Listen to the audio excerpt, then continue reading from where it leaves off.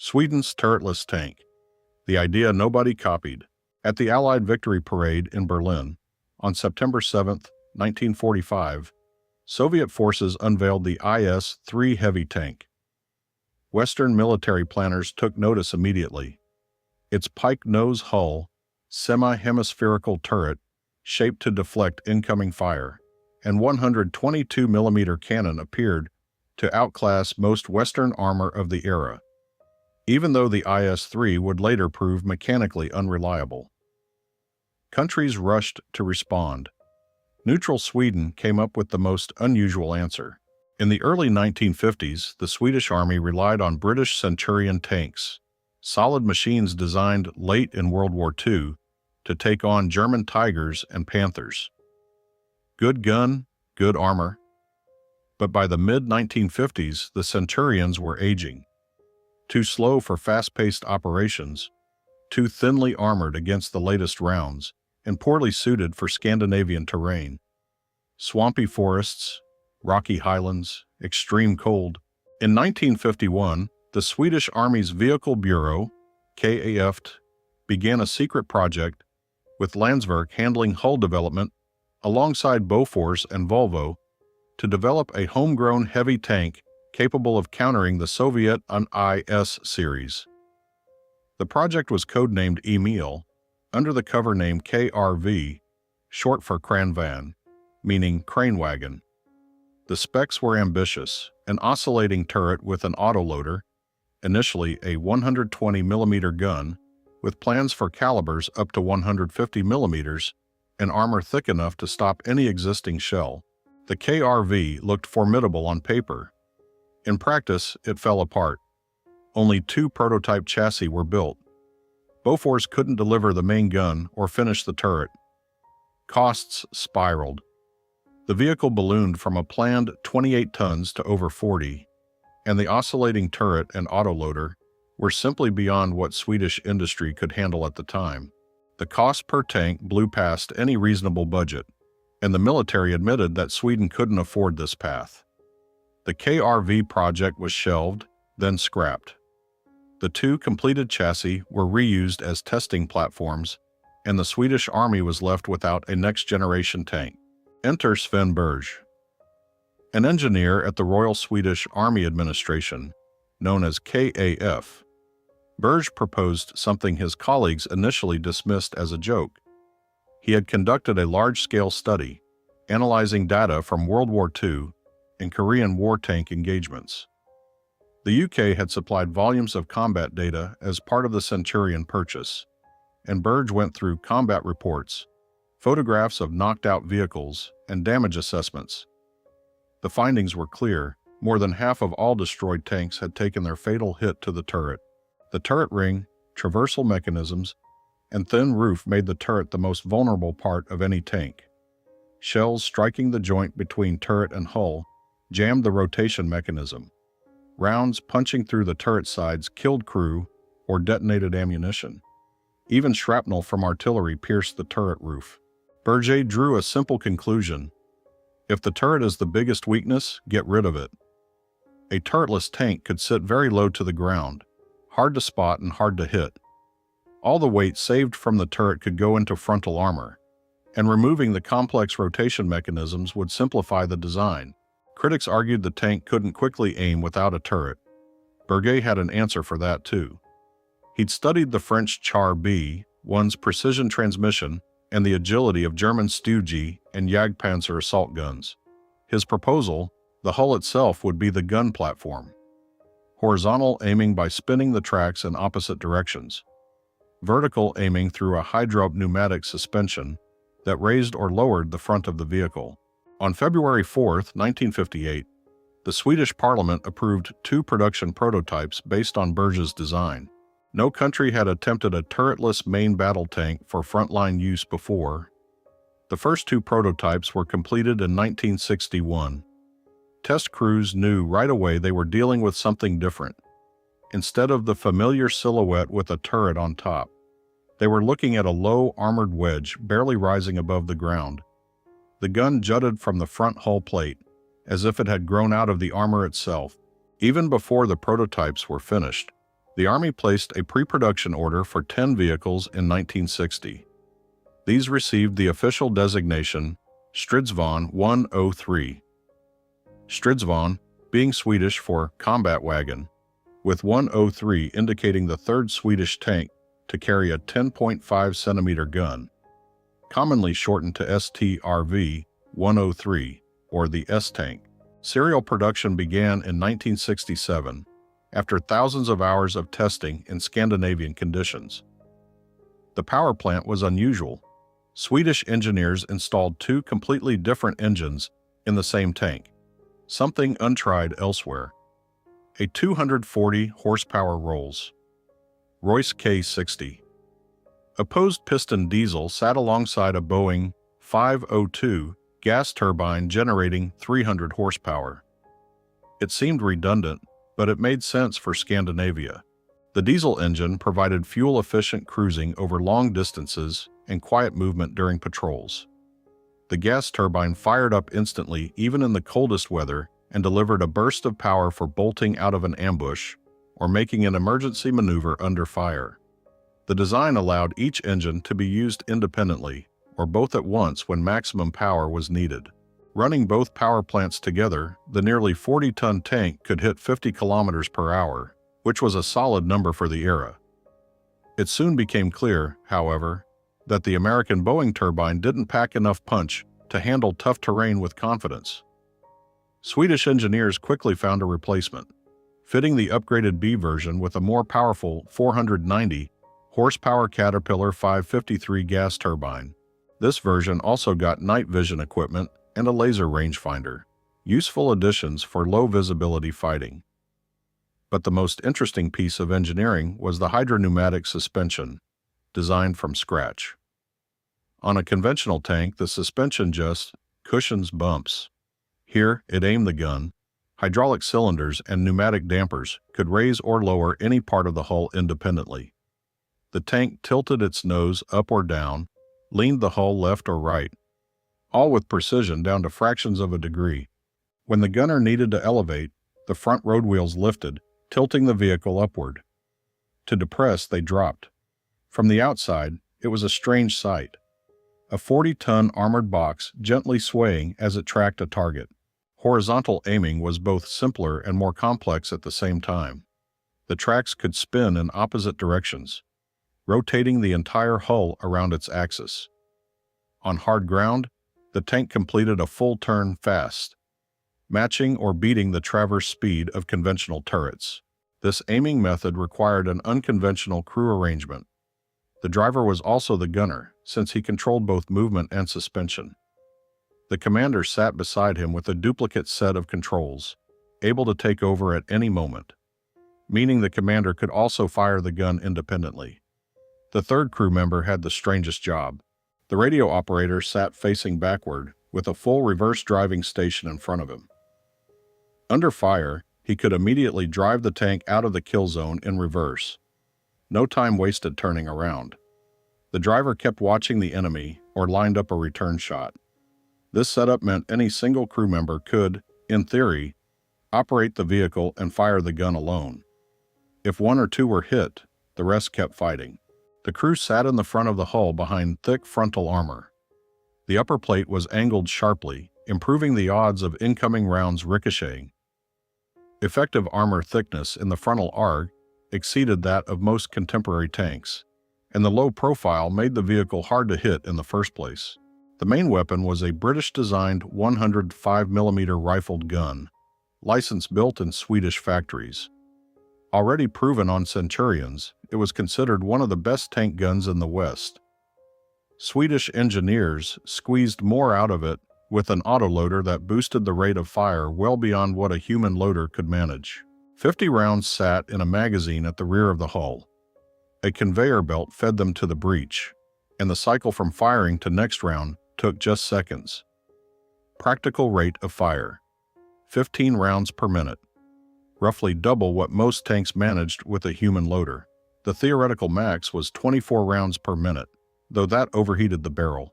Even at 15 rounds, the STRV 103 could put far more steel downrange than its opponents.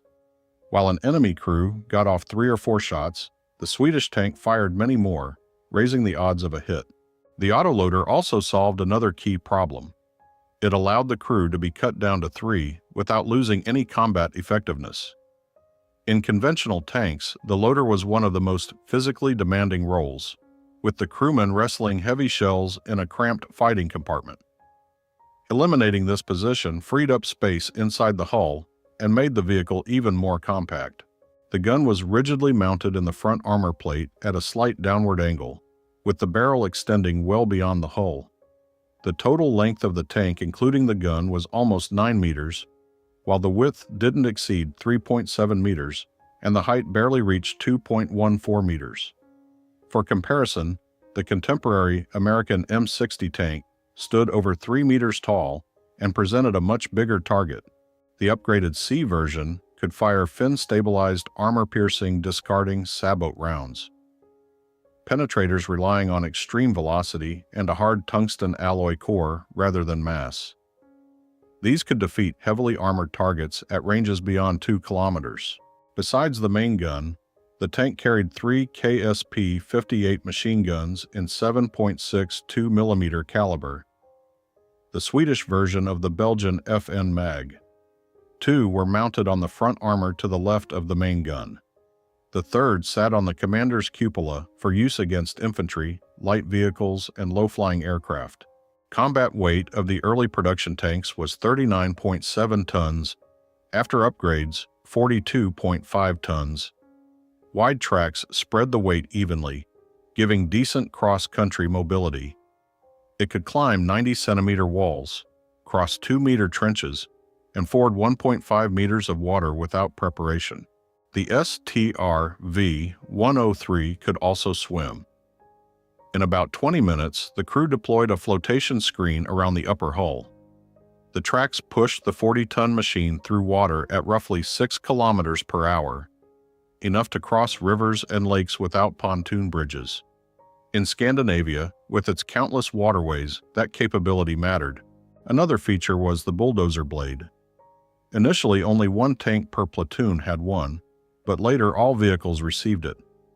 At a pre-selected position, the crew could dig a hull-down fighting emplacement in minutes, driving in until almost nothing was visible, just the low cupola and the gun barrel above ground level.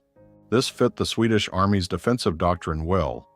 Sweden had no plans to attack anyone, but it intended to make any invasion costly. STRV 103 tanks were meant to occupy concealed positions at forest edges, road junctions, and mountain passes, engaging advancing columns at close range from ambush. The fire control system was continuously improved throughout the production run. The B version got a laser rangefinder that pinpointed target distance to within a few meters. The ballistic computer automatically calculated corrections for wind, air temperature, and barrel wear, feeding the gunner a ready firing solution. Night vision equipment allowed crews to detect and engage targets in complete darkness, giving Swedish tankers an edge during the short winter days. Sweden's neutral status meant its turretless tank never saw actual combat. However, the Swedish Army regularly took part in international military exercises, where the STRV 103 got the chance to show what it could do in front of experts from dozens of countries. The results impressed the international community. During exercises in West Germany, Swedish tankers hit targets with the first shot at ranges considered near the limit for tank guns of that era. NATO observers noted the high accuracy, made possible by the rigid connection between gun and hull. In a turreted tank, vibrations from the traverse mechanism introduce aiming errors. The STRV 103 aimed with the whole vehicle, keeping the barrel perfectly still at the moment of firing. The crews were especially effective in defense. The tank would sit behind natural cover, showing just a few centimeters of the commander's cupola above a ridge. The observer spotted a target, called coordinates to the driver, and the vehicle smoothly rose on its suspension, just enough for the gun to clear cover. One precise shot, and the tank instantly dropped back down, vanishing from the enemy's view before they could react. The speed of the hull rotation for horizontal aiming impressed even the skeptics. Many experts had assumed a turretless tank would be helpless against a flank attack. But the STRV 103 spun on the spot faster than most turrets could traverse the same arc. The vehicle's agility on rough terrain also earned high marks. The low center of gravity and compact size let the tank pass through spots where taller machines got stuck or risked tipping over. In the dense Scandinavian forests, where trees grew so close together that a conventional tank could barely squeeze between them, the STRV 103 moved almost freely, using every clearing and ravine. Many specialists acknowledged after the exercises that the Swedish turretless tank, in certain scenarios, matched or outperformed leading Western designs. They considered it well suited for defense and ambush warfare. But the same experts pointed out serious problems that made the concept impractical for other armies. The biggest issue was maintenance. The hull was packed so tightly that any repair became an ordeal. To reach the engines in the rear, mechanics first had to remove the main gun, then unbolt the upper armor plate. Only then could they get to the power plants and transmission. In field conditions, this operation was practically impossible. Even in a fully equipped workshop with a complete set of tools and lifting gear, the teardown took over 4 hours. This meant a tank with an engine problem was out of action for an extended period, while most tanks could swap an engine in under 2 hours right in the field. The dual-engine setup that gave so many advantages in battle became a curse during maintenance. Each engine required its own servicing schedule, its own spare parts, and its own trained specialists. The diesel and the gas turbine worked on different principles, had different service lives, and different typical failure modes.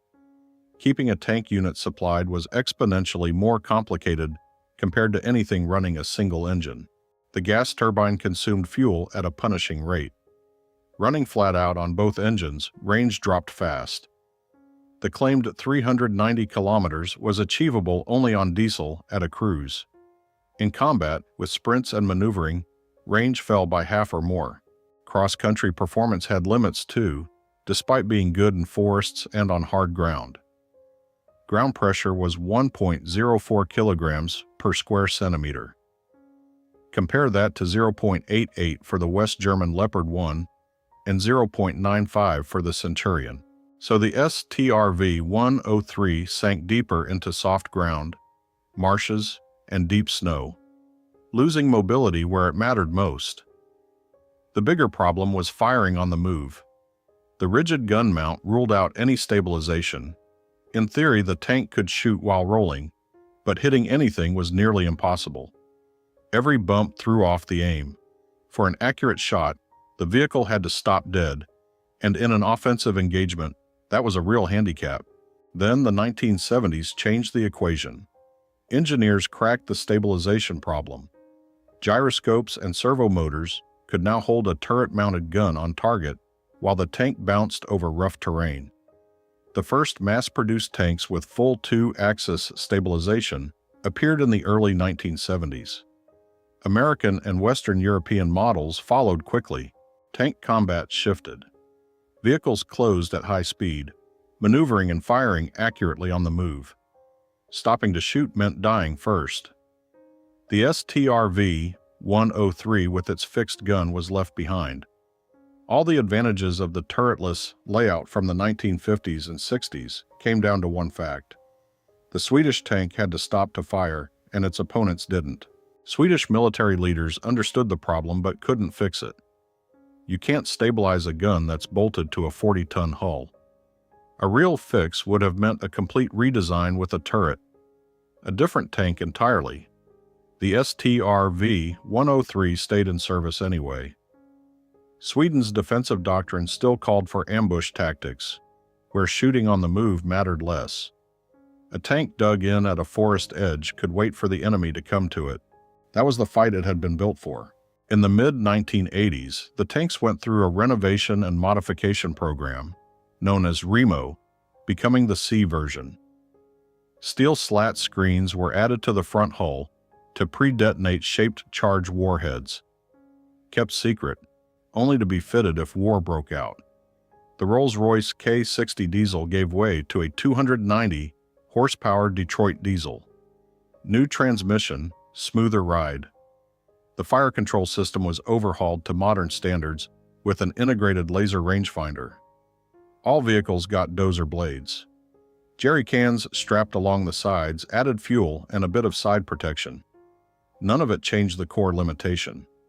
The tank still couldn't fire on the move. 290 STRV